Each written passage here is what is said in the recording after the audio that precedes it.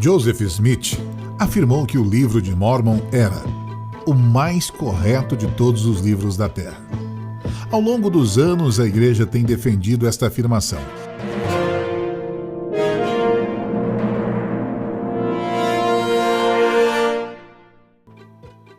Joseph Fielding Smith disse: os inimigos da Igreja fizeram a afirmação de que tenha havido 1 ou 2 ou 1000 mudanças no livro de Mórmon desde que a primeira edição foi publicada. É claro que não há nenhuma verdade nessas declarações. Para tirar a prova real, basta olhar uma cópia do original de 1830 e investigar as mudanças. Mas vamos voltar à história um pouco mais. David Whitmer descreveu como o livro de Mórmon foi traduzido. Joseph colocava a pedra de vidente em um chapéu. Em seguida, colocava seu rosto no chapéu, puxando-o bem para excluir a luz. E na escuridão, a luz espiritual brilharia. Um pedaço de algo parecido com um pergaminho com os escritos surge em sua visão. Um personagem, em um momento, aparece, e por ele, a interpretação em inglês. Já Martin Harris explicou a tradução da seguinte forma: por ajuda da pedra de vidente, sentenças apareciam e eram lidas pelo profeta e escritas por mim. E quando terminava, eu dizia, escrito. E se corretamente escrita, a frase desapareceria e outra apareceria em seu lugar. Mas se não estava escrita corretamente, permanecia até ser corrigida, de modo que a tradução era como estava gravada nas placas, precisamente na língua então usada. George Reynolds fez uma declaração em 1883, mas no início deve ser lembrado que a tradução foi realizada por nenhum método comum, foi feita por auxílio divino, não houve atrasos superiores ou passagens obscuras, sem dificuldades sobre a escolha das palavras, sem interrupções de ignorância do tradutor. Nenhum momento foi desperdiçado em investigação ou discussão sobre o conteúdo, a intenção ou significado de qualquer caráter. Estas dificuldades para o trabalho humano foram removidas. Tudo era tão simples como quando um funcionário escreve de um ditado. A tradução dos caracteres apareceram no Urim e Tumim, frase por frase, e assim que um era corretamente transcrito, o seguinte apareceria. Joseph Fielding Smith deu mais alguns detalhes. Joseph não tornou a escrita nas placas de ouro para a língua de inglês em seu próprio estilo de linguagem, como muitas pessoas acreditam. Cada palavra e cada letra foi dada a ele pelo dom e poder de Deus. Assim, é a obra de Deus e não de Joseph Smith. E foi feito desta maneira.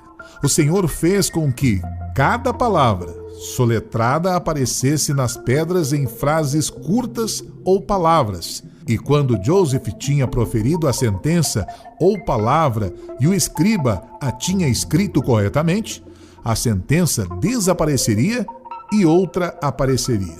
E se havia uma palavra escrita de forma errada ou até mesmo uma letra incorreta, a escrita nas pedras permaneceriam lá. Então Joseph exigiria ao escriba para soletrar a última frase e, assim, encontrar o erro. Quando corrigia, a frase desapareceria como de costume. A primeira escriba, sua esposa Emma, disse em resposta a algumas perguntas feitas pelo seu filho, Joseph Smith III. Quando escrevia para o seu pai, dia após dia, muitas vezes sentada à mesa perto dele, ele sentado com sua face enterrada no chapéu, com a pedra nela, e ditando hora após hora, com nada entre nós. O mais curioso é que ele não utilizava as placas de ouro. Declarações mostram que as placas ficavam escondidas em um tronco ou, quando estavam presentes, ficavam enroladas em uma toalha de linho. Encontramos outros relatos de testemunhas da tradução que confirmam a versão de Emma Smith. David Whitmer disse: eu também, todos da família de meu pai, a esposa de Smith, Oliver Cowdery e Martin Harris, estava presente durante a tradução. Ele não usava as placas na tradução. Sabemos que Joseph encontrou pelo menos 3 pedras mágicas. Uma marrom, uma branca opaca e outra esverdeada em formato de concha.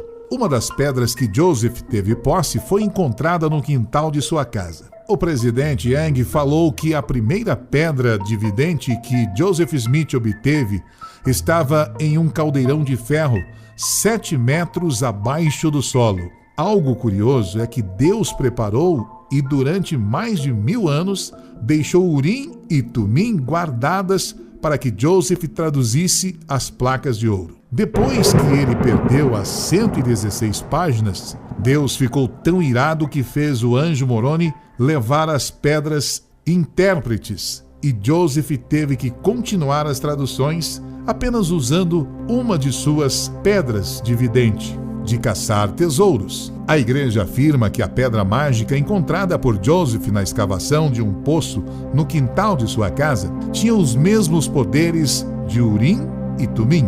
Era de cor achocolatada, uma pedra com formato oval que o profeta encontrou quando cavava um poço em companhia de seu irmão Hiram. Para o Sr. Clark Chase, próximo a Palmyra, em New York, ela possuía qualidades de Urim e Tumim, pois através dela, assim como através dos intérpretes encontrados, como os registros nefitas, Joseph era capaz de traduzir os caracteres gravados sobre as placas. Após a sua morte em 1844, a pedra vidente de Joseph foi levada para Utah e Brigham Young a exibiu aos regentes da Universidade de Deseret em 1856.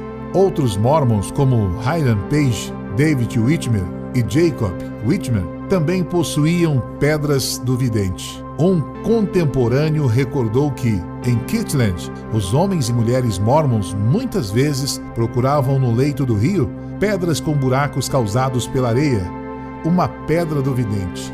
James Strang, que alegava ser o sucessor de Joseph Smith, também traduziu antigas placas de metal usando pedras do vidente. Agora, falando sobre as alterações realizadas desde a primeira versão do Livro de Mórmon, somam-se mais de 100 mil. Claro, a maioria erros de ortografia e pontuação. Porém, também foram alteradas muitas palavras importantes que mudam totalmente a escritura. Com base nas versões de 1830 e 37, por exemplo, vemos: Eis o Cordeiro de Deus, sim, o Pai Eterno, alterado para Eis o Cordeiro de Deus, sim, o Filho do Pai Eterno. Um texto original de Mosias diz: E agora Lime novamente se encheu de alegria, ao saber pela boca de Amon que o rei Benjamim tinha um dom de Deus, no qual ele podia interpretar tais gravações. O problema é que o rei Benjamim estava morto a essa altura. Então mudaram o nome para Mosias. Fizeram a mesma alteração no livro de Éter. Algo intrigante aconteceu num texto original de 1 Nef, que diz: Sim, a palavra da justiça do Deus eterno, e Jesus Cristo, que é o Cordeiro de Deus. O problema aqui é que o nome Jesus Cristo não foi revelado aos nefitas até 2 Nef 10. Para corrigir essa contradição, o texto foi mudado para Messias. Um texto original de 2 Nef diz: Ao seu redor haviam serafins, cada um tinha 6 asas. Esta é uma citação da versão King James da Bíblia. Mais especificamente, Isaías 6:2. Em um raro erro gramatical, a Bíblia do rei James teve um plural incorreto para serafim. O plural correto deveria ser serafim. Como explicar que Joseph Smith faria o mesmo erro exato de ortografia na tradução do Livro de Mórmon que os escritores da Bíblia haviam feito séculos antes? Já foi provado pelas testemunhas de que o processo de tradução do Livro de Mórmon deveria ter sido perfeito e livre de até mesmo os menores erros. Quem dirá os milhares de erros existentes no que foi chamado de o mais correto de todos os livros da Terra. Lembrando que todos os conteúdos dos vídeos foram bem resumidos. Você pode encontrar muito mais detalhes no meu blog. Até a próxima!